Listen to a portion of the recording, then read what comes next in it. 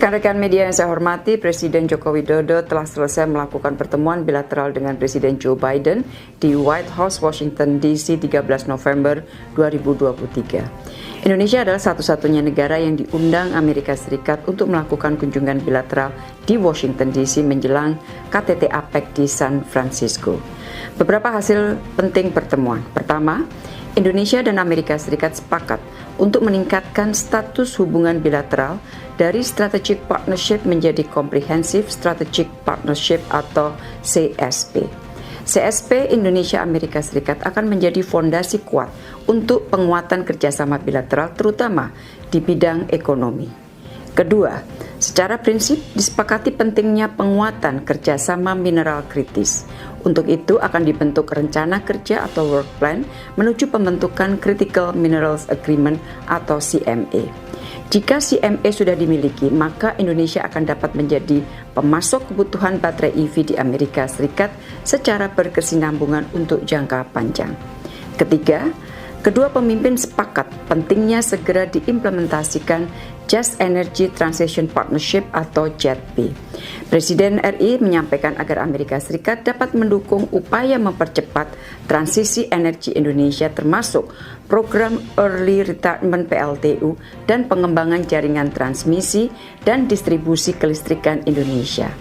Keempat, Indonesia telah terpilih sebagai salah satu mitra International Technology Security and Innovation Fund dari Amerika Serikat. Hal ini akan membuka jalan bagi penguatan rantai pasok semikonduktor. Kelima, untuk meningkatkan perdagangan, Presiden mengingatkan pentingnya perpanjangan GSP untuk Indonesia. Keenam, Amerika Serikat menyampaikan komitmen memberikan dukungan terhadap aplikasi Indonesia untuk menjadi anggota OECD. Selain kerjasama bilateral, kedua presiden juga membahas isu kawasan dan internasional, terutama situasi di Gaza. Presiden Jokowi menyampaikan posisi tegas Indonesia dan meminta agar Amerika Serikat dapat menggunakan pengaruhnya kepada Israel untuk menghentikan kekejaman di Gaza. Gencatan senjata oleh Presiden dinyatakan sangat penting untuk segera dilakukan dan bantuan kemanusiaan yang aman dan berkelanjutan dapat dilakukan. Serta proses perdamaian menuju two-state solution berdasarkan parameter internasional yang disepakati dapat segera dimulai kembali. Presiden RI juga menyampaikan hasil keputusan KTT luar biasa OKI yang baru saja diselenggarakan di Riyadh 11 November yang lalu pada saat pertemuan dengan Presiden Joe Biden. Presiden Jokowi menyampaikan bahwa posisi negara OKI sangat solid dan tegas agar Israel segera mengakhiri kekejamannya di Gaza. Rekan-rekan media yang saya hormati, dari kunjungan ini telah disepakati 6 dokumen kerjasama G2G, termasuk kesepakatan pembentukan Comprehensive Strategic Partnership, kerjasama di bidang kesehatan, ESDM, maritim, dan kebudayaan.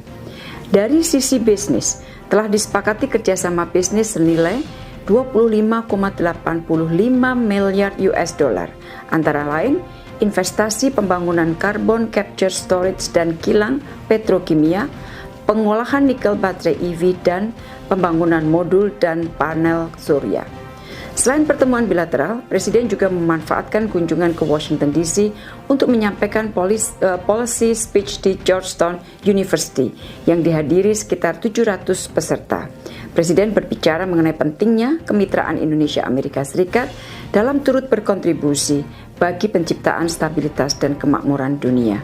Presiden juga mengapresiasi rencana Georgetown University untuk membuka kampus cabang di Indonesia tahun depan.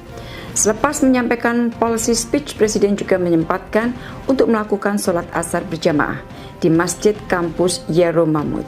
Masjid ini adalah masjid pertama yang didirikan di kampus Jesuit di Amerika Serikat, di mana imam masjid yaitu Imam Yahya Hendi merupakan tokoh Muslim Amerika Serikat keturunan Palestina. Presiden juga telah menerima audiensi dari CEO Freeport McMoran yang antara lain menyampaikan perluasan investasi 3 miliar US dollar untuk pembangunan smelter di Gresik dan Papua. Dan ini tentunya sejalan dengan prioritas Indonesia untuk mengakselerasi hilirisasi industri.